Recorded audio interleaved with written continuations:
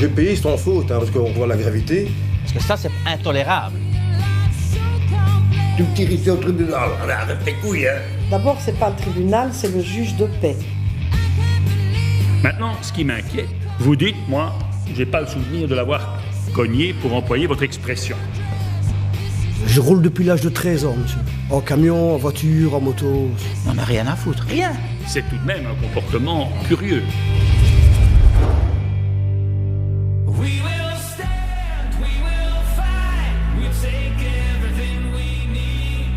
Bonsoir et bienvenue dans cet avant-dernier épisode de cette saison 6 de Face au juge. Pour la première fois depuis 10 ans, la police fédérale a mené une vaste enquête auprès de la population pour sonder son sentiment de sécurité. Et il en ressort que 3 Belges sur 4 se sentent en sécurité dans leur quartier. Par contre, c'est en province du Hainaut et dans la région de Bruxelles-Capitale que les habitants se sentent le moins en sécurité. Comme Justine par exemple, qui a été agressée par un homme sans raison dans la rue.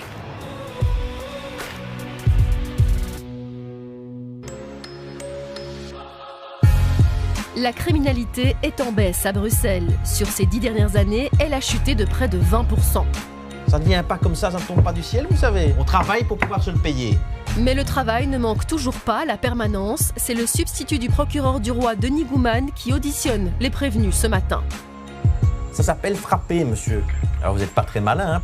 Patrice a été arrêté quelques heures plus tôt après avoir agressé une jeune étudiante dans la rue à Ixelles. Alors monsieur, je suis le procureur du roi. Je vais donc vous auditionner par rapport à des faits de coups et blessures ayant causé une incapacité de travail à une jeune fille.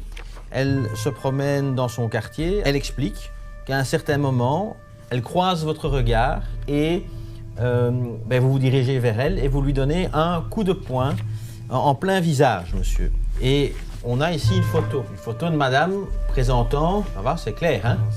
C'est la même photo que j'ai vue aussi à la police. Mais vous vous rendez compte, déjà je vous explique la teneur des faits. Hein. Je pense pas que c'est la bonne photo, parce que la madame était blonde. Si, la photo, voilà, on prend pas, tout le monde ne circule pas avec une plaie comme ça au visage, hein, monsieur. Bon. Enfin, moi on m'a dit que la madame était blonde, que j'ai même aussi dit ça à la police tantôt. Non, mais attendez, je vous explique simplement ici ce qu'il en est. Donc, cette dame porte plainte, elle explique qu'elle a été frappée, et donc on va lui soumettre un panel photo de personnes qui pourraient correspondre au profil de son agresseur.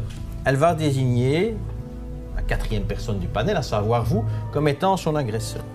Il n'y a pas que la victime, monsieur. Il y a également des témoins. 2 témoins qui vont indiquer que ce n'est pas la première fois, qu'il est déjà arrivé que la même personne insulte des personnes, les jeunes filles en particulier, et parfois leur crache au visage. Vous déclarez quant à vous que vous ne savez pas de quoi on parle, et donc vous contestez les faits.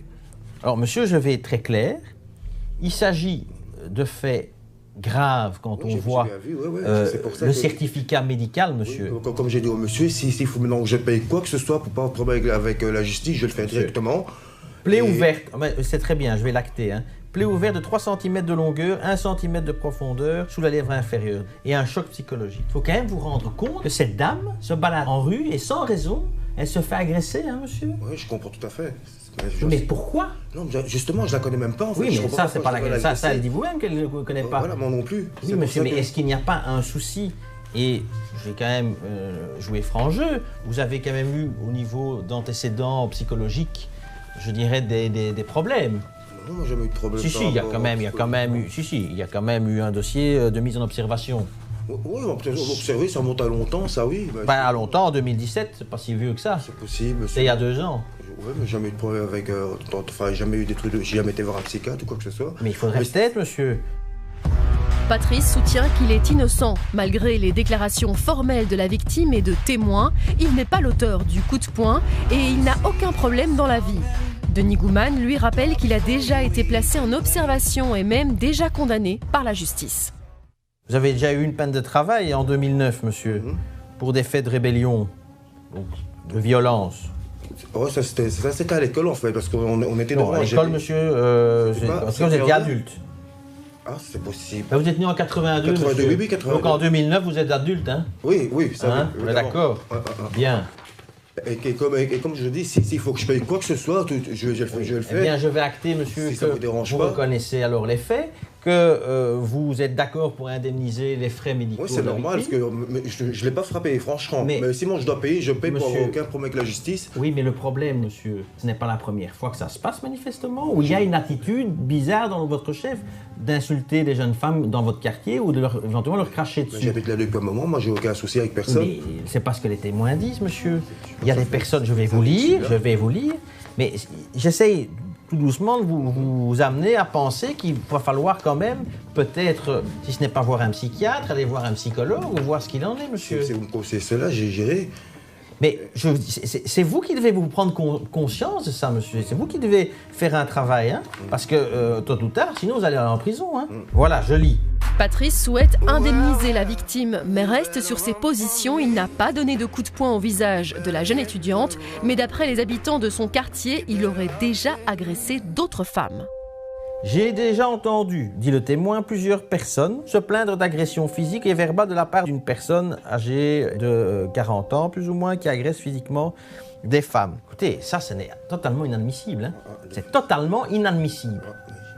Vous êtes d'accord, hein? Si je refais quelque chose, je ne peux jamais recommencer, mais c'est pas moi. Mais monsieur, plus jamais... Soit c'est pas vous, et forcément, la question ne se pose pas, mais ça ne correspond pas à la réalité de ce dossier, monsieur. Vous n'avez qu'un d'accord pour dire que c'est vous.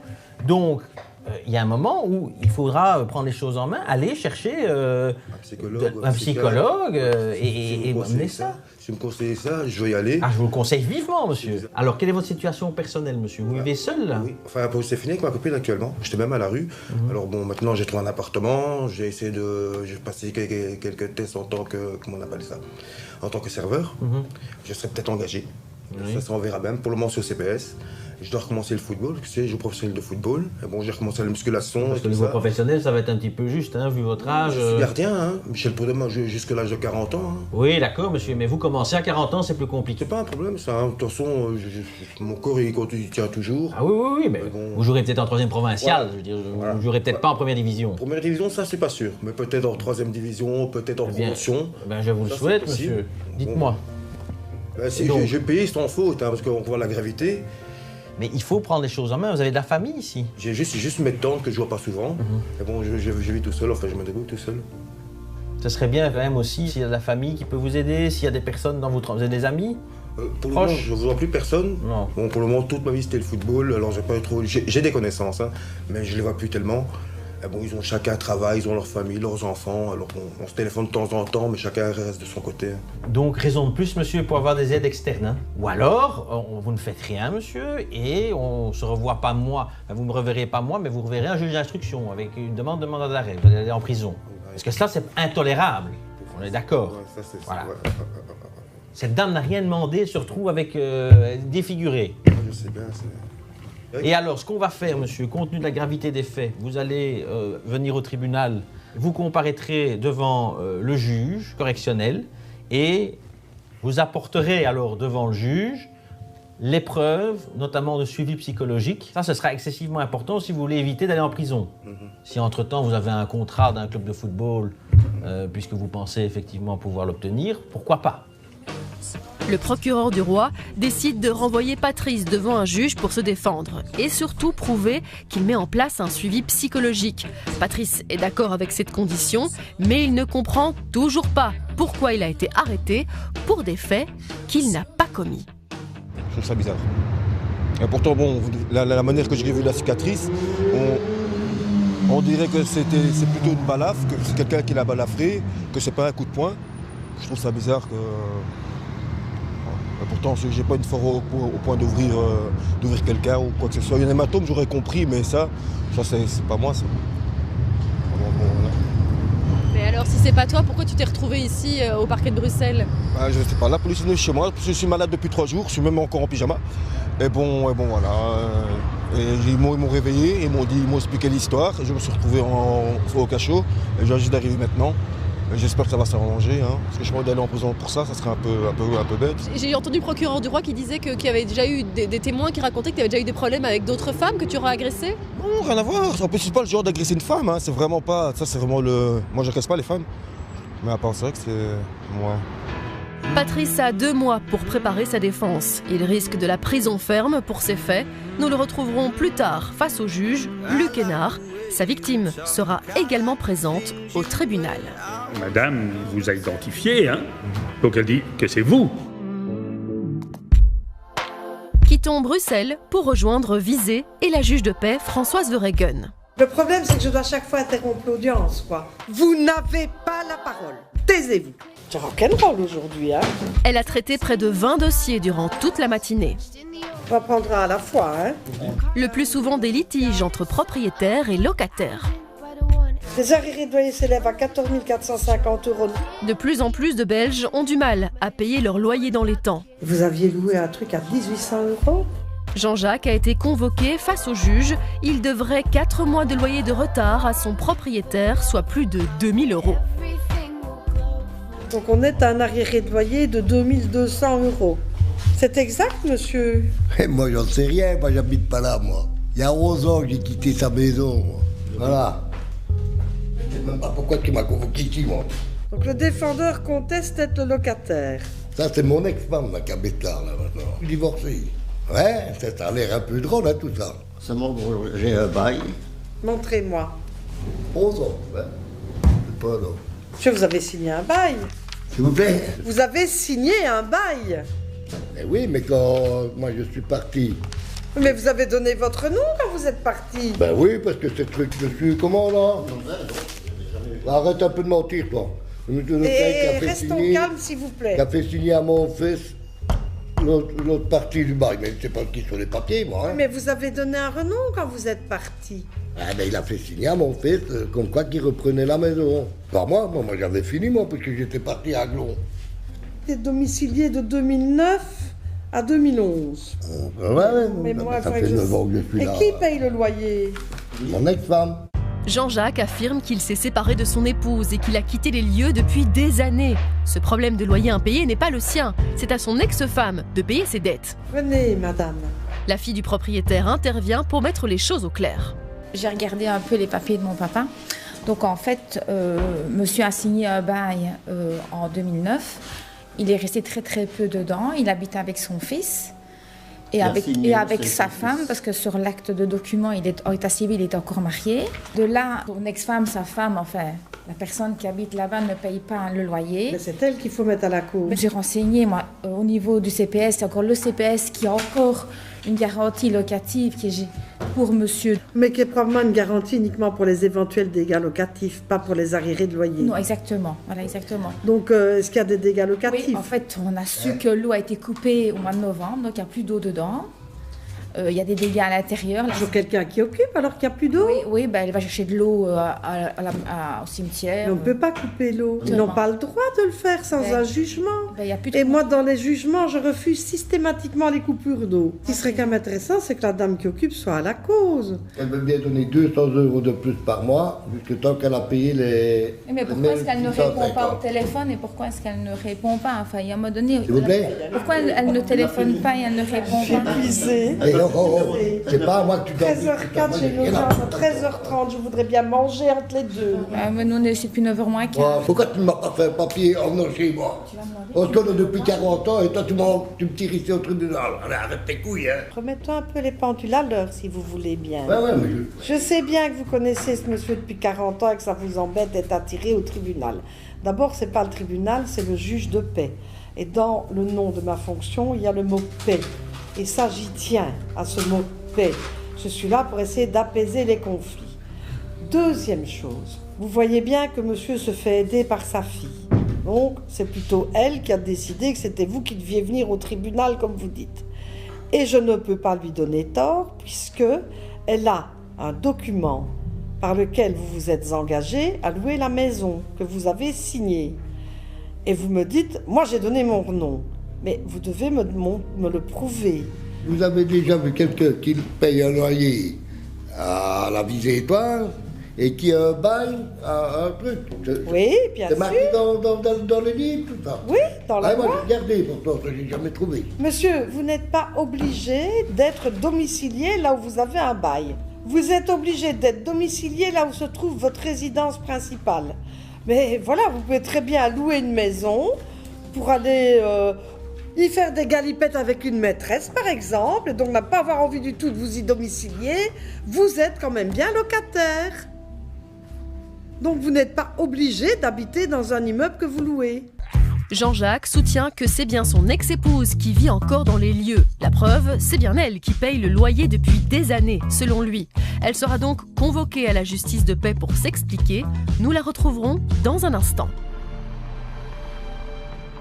Madame la juge, lorsqu'un couple se sépare, comment faire pour ne pas se retrouver dans ce genre de situation qu'on vient de suivre ici avec vous? C'est extrêmement compliqué parce que lorsqu'un couple a signé un contrat de bail, ils restent tous les deux tenus, chacun vis-à-vis de leur propriétaire. Et donc si le couple se sépare, on n'a que 3 possibilités. Soit le propriétaire accepte de vous désolidariser, de vous libérer de vos obligations, soit vous faites confiance à votre ex. Ce n'est pas toujours la meilleure des solutions. Soit les 2 parties mettent fin au bail et s'en vont, c'est aussi une des solutions. À défaut de ces 3 solutions-là, le seul recours qui subsiste, c'est si vous êtes amené à payer à la place de votre ex, vous retournez contre votre ex pour qu'il vous rembourse. Merci beaucoup Madame la juge pour ces explications. On quitte Visé pour rejoindre Verviers et retrouver le juge de police Marco Osena. Le juge de police de Verviers a encore de belles années devant lui. Vous allez me dire la vérité, toute la vérité, rien que la vérité. Vous levez la main droite, vous dites « je le jure ». Marco Osena le voit tous les jours. Cause toujours tu m'intéresses. Malheureusement, les infractions au code de la route ne cessent d'augmenter. C'est pas joli joli, vous roulez sans permis. Si ça passe, c'est ça de prix. Et si ça ne passe pas, ben, on verrait bien, comme on dit chez nous. Hein. Et rouler sans permis est l'une des infractions les plus fréquentes. Je trouve ça absolument ahurissant. René a justement commis cette infraction, mais ce n'est pas la seule. Il doit également se défendre pour excès de vitesse et défaut de contrôle technique. Vous conduisez alors que vous êtes déchu. Un véhicule qui n'est pas en ordre de contrôle technique. Tant qu'à faire cet accessoire, vous ne portez pas la ceinture, ça ne sert de toute façon à rien. Vous êtes en excès de vitesse, 91 au lieu de 50. Alors ce qui m'inquiète, c'est quand je vais voir un petit peu plus loin dans le dossier, 7 condamnations de police, 6 condamnations pour ne pas avoir été titulaire du droit de conduire. Et quoi? On n'en a rien à foutre. C'est ça? Non. Non quoi? J'avais passé mon permis de conduire et puis on me l'a retiré. Ah ben oui. Puisqu'on vous l'a retiré, ça veut dire que vous ne pouvez plus conduire. Oui, exactement. Mais ça vous est égal. Non. Vous conduisez quand même. Non. Non. C'est juste ce jour-là parce que je... Juste ce jour-là. Oui. Pile poil à ce moment-là, vous alliez remettre la bagnole au garage, paf, on vous tombe dessus. Non. Je conduisais mon gamin à l'école parce qu'il avait raté le train, donc je devais le conduire mon gamin à Érezé, et j'ai personne pour le conduire, donc j'ai pris le véhicule qui est en réparation chez moi pour emmener le gamin à l'école. Voilà. Ce qui est logique, quoi. Non, c'est pas logique. Rien de plus normal, finalement. Et les 6 fois précédentes, il y avait toujours une bonne excuse aussi, bien sûr. Non, je n'avais pas de permis à ce moment-là. Vous n'aviez pas de permis, donc. Comme vous n'en aviez pas, ben, vous aviez quand même besoin de l'auto. Oui. C'est ça. René a l'habitude d'être convoqué au tribunal de police. Il a déjà été condamné 7 fois pour différentes infractions, dont la conduite sans permis. Et il ne s'est pas toujours présenté face au juge pour se défendre. Ah oui, d'habitude, vous ne venez pas, il y a un progrès, tiens. Je ne viens pas. Parce que d'habitude, vous ne comparaissez pas devant les tribunaux. Ah bon? Bon, non, puisqu'on vous condamne par défaut, c'est que vous n'y allez pas. Vous vous rappelez pas? Ah non. Oh, c'est de l'affaire ancienne. Oublions. Donc c'est pas exécuté. Défaut de permis. Alors c'est extraordinaire parce qu'après X condamnation pour défaut de permis, 100 € d'amende, 3 mois de déchéance, bien. Enfin, prenez ça très cool de toute façon. Mais il y a une petite modification au programme, c'est que ici, ce n'est même pas simplement de ne pas avoir de permis, c'est le fait de conduire alors qu'il y a une décision d'échéance. Donc, c'est ce que les Anglais appellent le refus d'obtempérer à une décision de justice. Et ça, c'est sanctionné plus lourdement, parce que l'amende, c'est minimum 500 € fois 8, 4000, plus le petit reste, un contrôle technique, ceinture, excès de vitesse. Vous faites quoi dans la vie, monsieur? Je me retrouve sur le CPS. Ah oui. Et je fais des petits travaux à gauche, à droite. En noir. Ouais. C'est ça. J'ai travaillé au circuit de Francorchamps. Vous y avez appris à rouler? Je roule depuis l'âge de 13 ans, monsieur. Ah oui, ben voilà. En camion, en voiture, en moto. C'est magnifique. René a déjà été condamné de nombreuses fois. Il est en récidive, il n'a plus droit au sursis, il risque donc la prison ferme. Sans le petit document, on ne peut pas. Oui, je sais. C'est con, c'est comme ça. Quel sort réserve le juge Marco Senna à René? Je conduis peut-être mieux que certaines personnes qui ont le permis, monsieur. Avec tes couilles, hein. Dans un instant, nous aurons la fin de l'histoire dans le dossier de Jean-Jacques. On va essayer de trouver une solution, hein, madame. Accusé par son ancien propriétaire de ne pas payer ses loyers, Jean-Jacques affirme qu'il a quitté sa femme et la maison et que c'est à elle de payer ses dettes. Marie-Rose sera présente à son tour pour se défendre. Madame, moi, les rumeurs et les cancans, je n'ai pas de pouvoir. Et nous retrouverons Patrice au tribunal correctionnel de Bruxelles, convoqué pour des coups et blessures sur une jeune fille dans la rue. Je m'appelle pas l'avoir cogné en fait. Cogné? Mais Patrice affirme qu'il est innocent. On est à la limite, mais l'internement.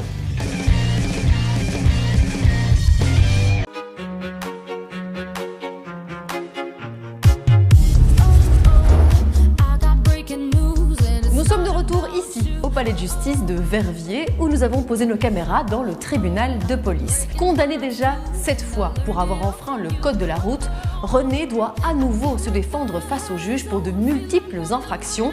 Il risque donc bien la prison ferme. Vous faites quoi dans la vie, monsieur? Je me retrouve sur le CPS. Ah oui. Et je fais des petits travaux à gauche et à droite. En noir. Ouais. C'est ça. J'ai travaillé au circuit de Francorchamps. Vous y avez appris à rouler? Je roule depuis l'âge de 13 ans, monsieur. Ah oui, ben voilà. En camion, en voiture, en moto. C'est magnifique. Vous demandez vraiment ce que vous faites ici, quoi? Ben oui, je sais ce que je fais ici. Vous êtes un excellent conducteur. La seule chose, c'est que vous ne respectez pas le code de la route. C'est la première fois. C'est la première fois. Ah oui. Les 6 autres fois ne comptent pas. Que défaut de permis de conduire, ça oui je sais, mais c'est la première fois en excès de vitesse ou même alcool, ouais, jamais. Non, non, c'est toujours des bêtes de contrôle évidemment. Ben, pas de permis. Des bêtes de contrôle.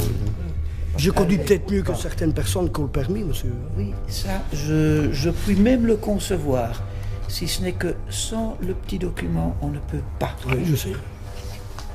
C'est con, hein, c'est comme ça. Celui qui a inventé ça, quand même. Imaginez qu'il fut un temps où on n'avait pas besoin de permis et que les gens qui pouvaient conduire comme ça, on leur a donné gratos. On a de moins en moins, c'est comme les anciens combattants, hein. Ils disparaissent au fur et à mesure. Bon, allez, monsieur le procureur du roi. Ah oui.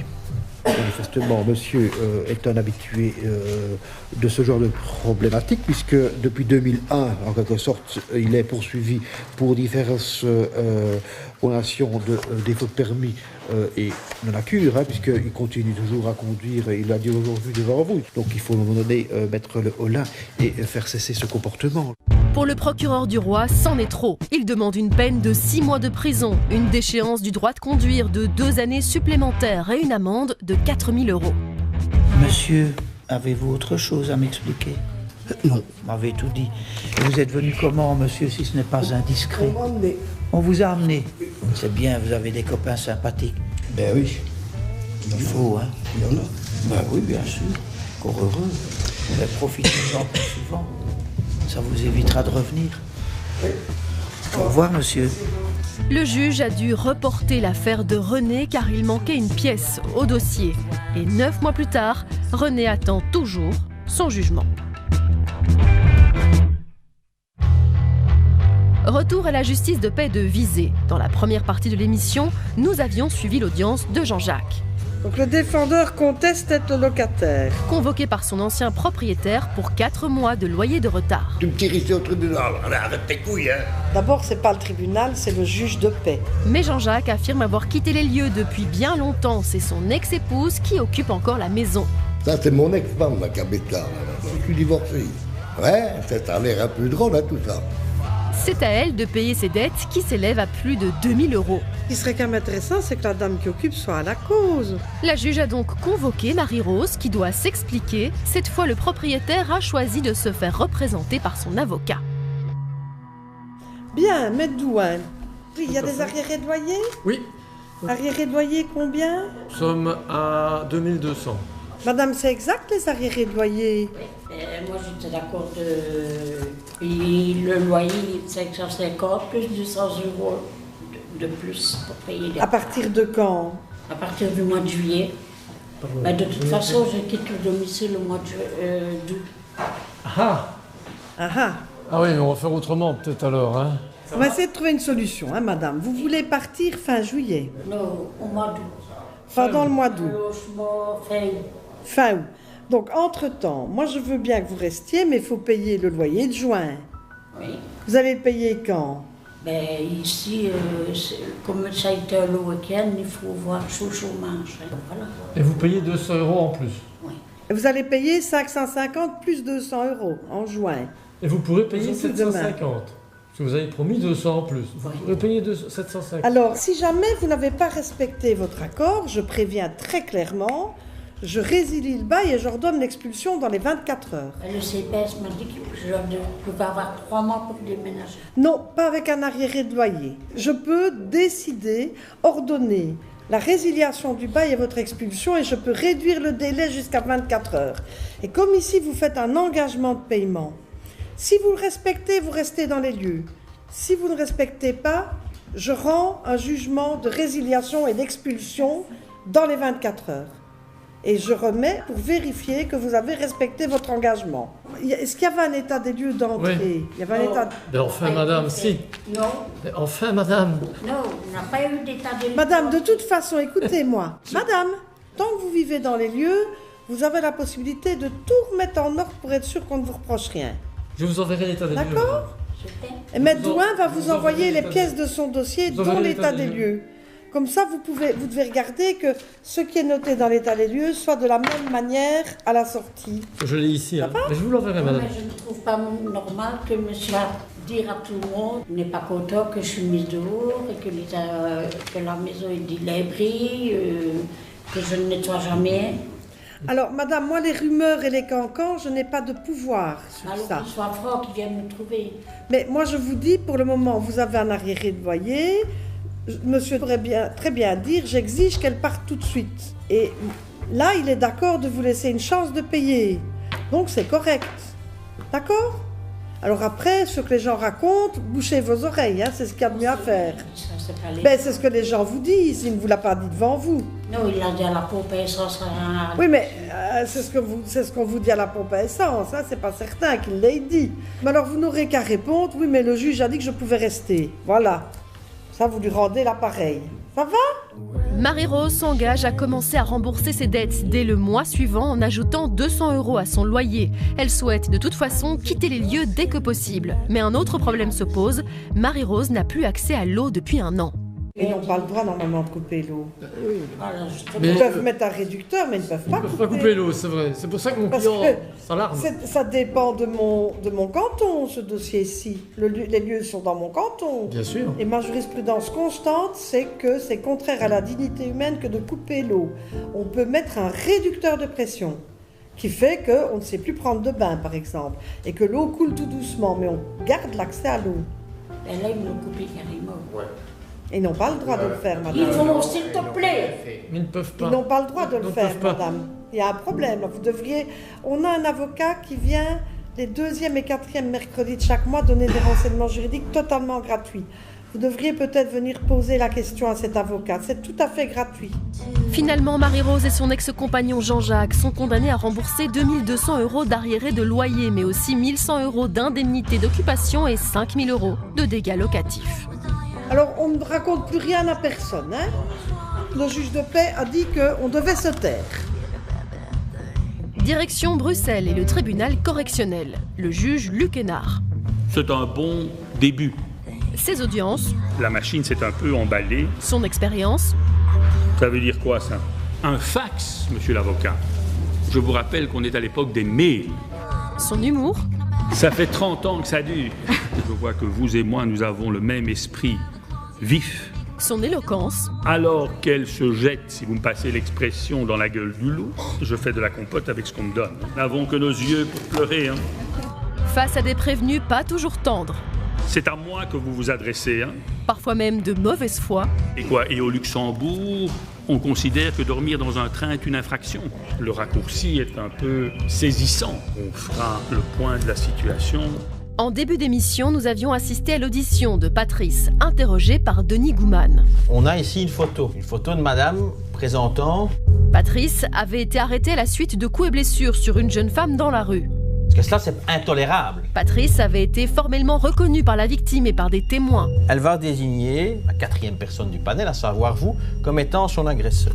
Patrice se dit innocent, même si des habitants du quartier affirment qu'il n'en était pas à sa première victime. Ce n'est pas la première fois que ça se passe, manifestement, où il y a une attitude bizarre dans votre chef d'insulter des jeunes femmes dans votre quartier ou de éventuellement leur cracher dessus. Il va falloir quand même, peut-être, si ce n'est pas voir un psychiatre, aller voir un psychologue ou voir ce qu'il en est, monsieur. Patrice se retrouve face au juge pour se défendre. La jeune victime, une étudiante américaine venue en Belgique pour faire ses études, est également présente, accompagnée de son petit ami et de son avocate. Vous pouvez vous asseoir, monsieur, et j'ai bien noté que vous vous défendiez seul. J'ai pas su avoir un avocat actuellement. Oui. Parce que j'ai eu quelques petits soucis. Ben bon. Quelques petits soucis. Vous vous souvenez de ce qui s'est passé et ce que vous avez fait à l'égard de madame ici présente? En fait, on m'a accusé que je l'avais soi-disant cogné, mais moi, je ne me rappelle pas l'avoir cogné, en fait. Cogné? Ouais, je dis comme ça que c'est moi, mais bon, moi... De toute façon, ils disent que comment mais déjà... cher monsieur, vous voulez que je vous montre les photos? Non, je les ai déjà vues. Je crois, si vous dites que c'est moi, il n'y a aucun souci. Hein. J'ai déjà ce que je suis censé payer, etc.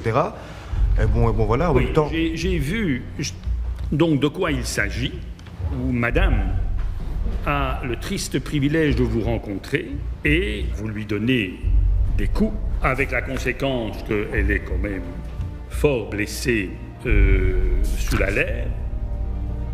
Et madame ne fait rien si ce n'est se promener en rue. Ce qui est un peu inquiétant, c'est qu'apparemment, dans le quartier, vous êtes connu pour avoir ce type de comportement à l'égard des femmes.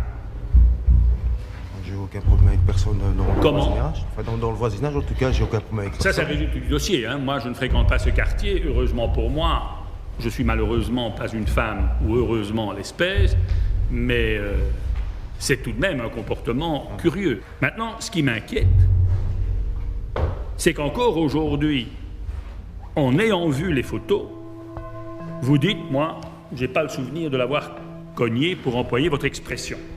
Donc je ne suis pas très rassuré, parce que si vous avez continué à adopter ce type de comportement, on fait quoi? Si, soi-disant, j'ai fait quelque chose, ça ne va plus jamais se reproduire. Bon, moi, je sais très bien que je n'ai rien fait, mais vous inquiétez pas, il n'y a plus de problème. Je vais faire un suivi, comme monsieur le procureur a dit. Et bon, ce que je n'aime pas, monsieur, dans ce que vous dites, c'est si j'ai soi-disant fait quelque chose. Monsieur le procureur du roi vous rappellera sans doute les éléments du dossier. Je crois d'ailleurs que madame vous a identifié, hein?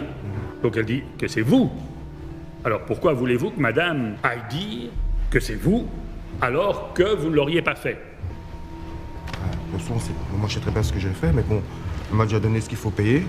J'espère que l'affaire va pas... Je dirais que c'est un élément positif. Au moins si vous dédommagez, c'est déjà ça. Il n'en demeure pas moins que le comportement en soi est un comportement pour le moins inquiétant. Et l'inquiétude grandit si vous ne vous rendez pas tout à fait compte que vous avez ce type de comportement. Enfin bien, vous dites avoir pris un rendez-vous chez un psychologue, c'est déjà un élément complémentaire. Patrice continue de nier avoir frappé la jeune étudiante, mais il propose de rembourser les frais médicaux et affirme avoir pris un rendez-vous chez un psychologue.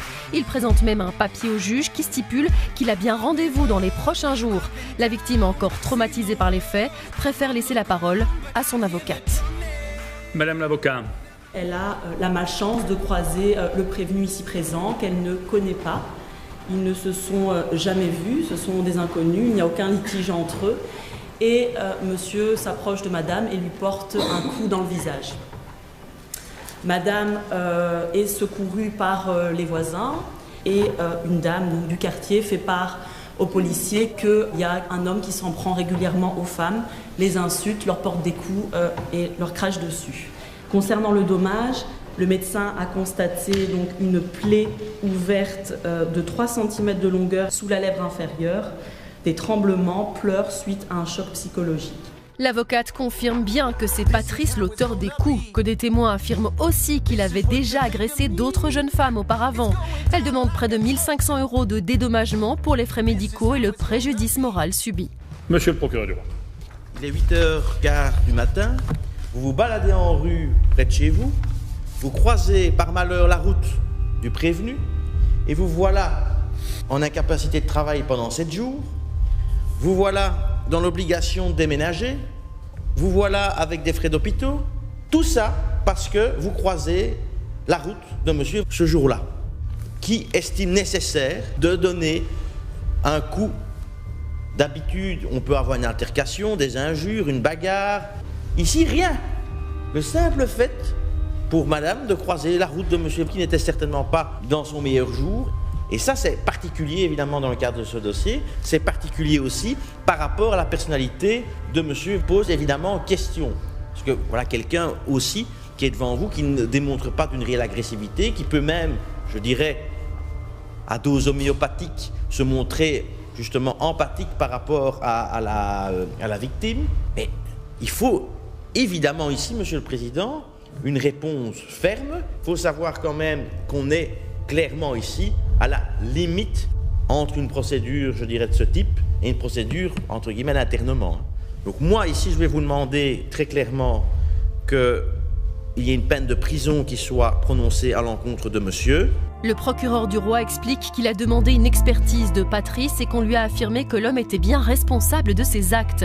Il demande 20 mois de prison avec un sursis probatoire de 5 ans, avec pour condition un suivi psychologique. Merci, monsieur le procureur du roi. Alors, que souhaitez-vous me dire? S'il y a possibilité de me laisser juste, comment dire, jamais eu de problème dans ma vie, et de me laisser juste une chance, et comme ça, en même temps, vous aurez les preuves de mon suivi. Je me permets de vous interrompre un instant. Je relève tout de même qu'il y a une décision du tribunal correctionnel de Bruxelles de 2009 et qui vous a condamné à une peine de travail de 200 heures. Vous avez exécuté cette peine de travail, mais les faits qu'on vous reprochait à l'époque, c'était quand même menace verbale ou écrite, c'est du harcèlement, ce qui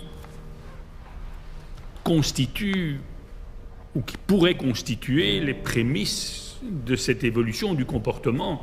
Si vous êtes susceptible de vous en prendre à une femme que vous croisez en rue et lui infliger de tels coups, il y a quand même un grand problème. Mais ça risque pas de se reproduire, vous inquiétez pas. Juste une question de temps, je vais voir le psychiatre, j'aurai mon suivi, vous aurez les preuves du dossier, et après il n'y aura plus jamais de problème. C'est évidemment l'objectif. Je dirais, l'omelette, elle est faite aujourd'hui par rapport aux faits qu'on vous reproche. Eh bien, ça se termine pas trop mal en ce qui concerne madame, mais il faut gérer l'avenir. Ce ne sont pas que des mots, hein. C'est un rendez-vous important aujourd'hui. Bien. J'ai vu dans le dossier qu'à l'heure actuelle, vous dépendiez du CPS. Oui, actuellement. Et vous avez un peu de famille? Oui, j'ai ma tante, mais bon, pour le moment, je ne les vois pas souvent. Ouais. Et bon, pour le moment, je reste seul, en fait. La famille, c'est pas trop ça, actuellement. C'est compliqué de ce côté-là aussi. Bien. Mais sinon, bon, c'est vrai que je vais voir ma tante de temps en temps. Je vais manger un peu là, ben on discute. Et bon, voilà, le temps que je trouve bientôt un boulot. Et j'espère que ça va aller. Vous ne manquez pas d'attitude positive. C'est bien. Mais le problème, c'est que quand il y a un court-circuit, ça devient fort désagréable pour les autres et en l'espèce singulièrement madame, qui quand même, vous en conviendrez avec moi, doit avoir gardé un piètre souvenir de la rencontre qu'elle a faite cette fameuse soirée. Patrice n'a pas changé de discours. Il accepte d'être suivi par un psychologue, mais il n'est pas l'auteur des coups. Il n'a pas hésité non plus à proposer de rembourser les frais médicaux. Quelle va être la décision du juge? Patrice va-t-il séjourner en prison pour ces faits alors qu'il se dit innocent? Lui qui a déjà eu une peine de travail pour des faits de harcèlement. 2 semaines plus tard, il vient prendre connaissance de la décision du tribunal correctionnel de Bruxelles. Donc j'ai considéré que vous avez bien commis les faits qu'on vous reproche. Mais par contre, j'ai pris rendez-vous chez le psychiatre, comme monsieur le psychiatre m'a demandé. Le juge décide de suivre le parquet. Il leur donne une peine de 20 mois de prison avec un sursis probatoire de 5 ans avec pour condition un suivi psychologique.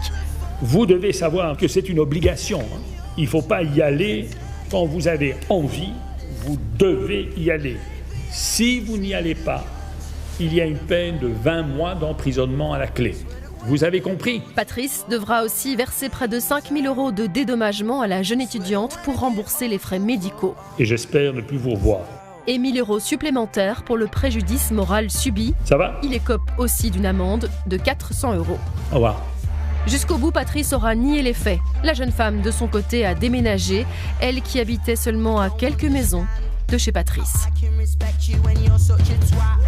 Monsieur le juge, on vient de le voir, Patrice a bien été condamné, mais finalement sa jeune victime aussi, puisqu'elle a été contrainte de déménager suite aux faits. Alors parfois dans certaines affaires, est-ce que vous ne sentez pas un peu démuni? La justice est œuvre humaine et donc par définition imparfaite.